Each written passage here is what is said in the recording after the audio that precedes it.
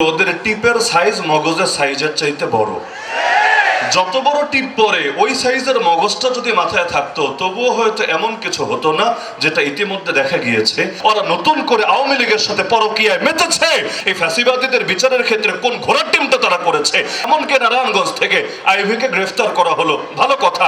গ্রেফতার তো অতীতে আমাদেরকেও করেছিল, আমাদেরকে তো একটা টু শব্দ পর্যন্ত করতে দেয় নাই মিডিয়ার সামনে। কিছু সংখ্যক নারী, যাদেরকে নারী বললেও আমার মনে হয় নারী শব্দের অপমান হতে পারে, তারপরও বলা লাগে সেই হিসাবে বলি, যাদের ব্যাপারে আমার মূল্যায়ন হলো ওদের টিপের সাইজ মগজের সাইজের চাইতে বড়।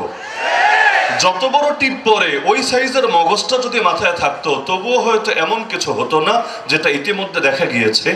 এরা এই নতুন বাংলাদেশে বিতর্কিত যে প্রস্তাবনাগুলো আনলো, আমার সবচেয়ে চিন্তার বিষয় হলো এটা, কমিশন তো আরো অনেকগুলো ছিল, তারাও তো তাদের রিপোর্টগুলো সরকারের কাছে দাখিল করেছিল, কিন্তু এই সরকারকে অন্য কোনো রিপোর্ট নিয়ে এত বেশি আনন্দিত উচ্ছ্বসিত হতে দেখা যায় নাই, যেই পরিমাণ এই বিতর্কিত নারী কমিশনের রিপোর্ট পেয়ে উচ্ছ্বসিত হতে দেখা গিয়েছিল।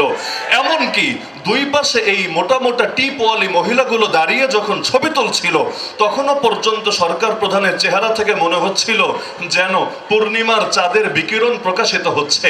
আনন্দ শুধু হৃদয়ের ভেতরে না, মুখের মধ্যে পর্যন্ত প্রকাশিত হয়ে গিয়েছে।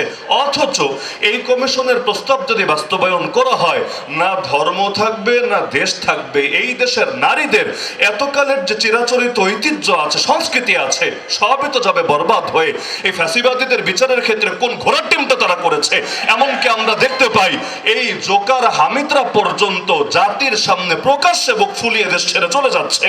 আবার এই রাষ্ট্রপতি, বর্তমান রাষ্ট্রপতি, তার রাষ্ট্রপতির কার্যালয় থেকে নাকি গ্রিন সিগন্যাল যাচ্ছে, যার কারণে সেখানে ইমিগ্রেশন অফিসার এবং অন্যরাও তাকে ছেড়ে দিতে বাধ্য হচ্ছে। তো এই যে প্রকাশ্যে বুক ফুলিয়ে কাজগুলো করছে, এমনকি নারায়ণগঞ্জ থেকে আইভিকে গ্রেফতার করা হলো, ভালো কথা। গ্রেফতার তো অতীতে আমাদেরকেও করেছিল, আমাদেরকে তো একটা টু শব্দ পর্যন্ত করতে দেয় নাই মিডিয়ার সামনে। এমনকি এক হুজুর নারায়ে তাকবীর আল্লাহু আকবার বলেছিল দুঃখে কষ্টে, এটাকে নিয়ে পর্যন্ত কত লেখালেখি করেছে। এত বড় সাহস, নারায়ে তাকবীর বলে কিভাবে, আল্লাহু আকবার বলে কিভাবে, আর সেখানে মিডিয়ার সামনে দাঁড়িয়ে ব্রিফিং দিচ্ছে।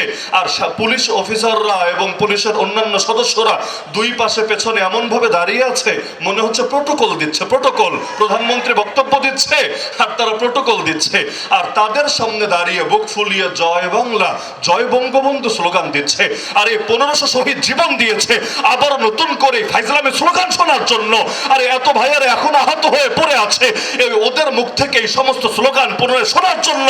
এগুলোর মাধ্যমে তারা কেমন জানে জাতিকে বার্তা দিতে চায় ওরা নতুন করে আওয়ামী লীগের সাথে পরকীয়ায় মেতেছে এবং ইন্ডিয়ার নতুন দালাল হিসাবে সমাজে আবির্ভূত হতে যাচ্ছে।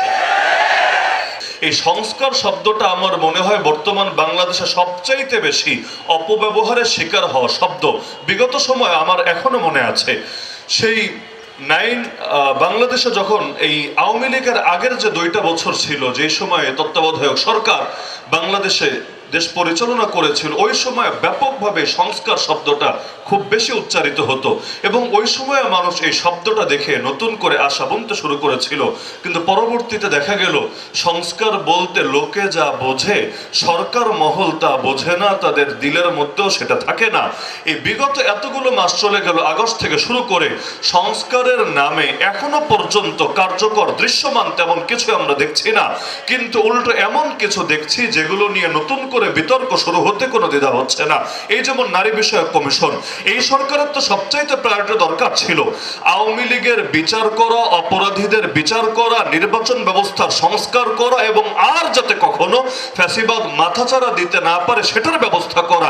এদের কি ঠেকাটা পড়লো হঠাৎ করে এই নারীবাদীগুলোকে খেপিয়ে দিয়ে এদেরকে সমস্ত নারীদের প্রতিনিধি সাব্যস্ত করে এই সংখ্যাগরিষ্ঠ মুসলমানের কলিজায় আঘাত করা এবং ধর্মানুভূতিতে আঘাত করে মুসলমানদেরকে রাস্তায় নামতে বাধ্য করা।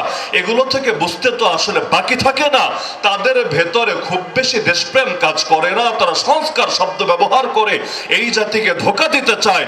বাস্তবে বিগত দিনে এইটাকে যেমন একখণ্ড দিল্লি বানানো হয়েছিল, এখন নতুন করে তার একখণ্ড ওয়াশিংটন আর আমেরিকা বানাতে চায়।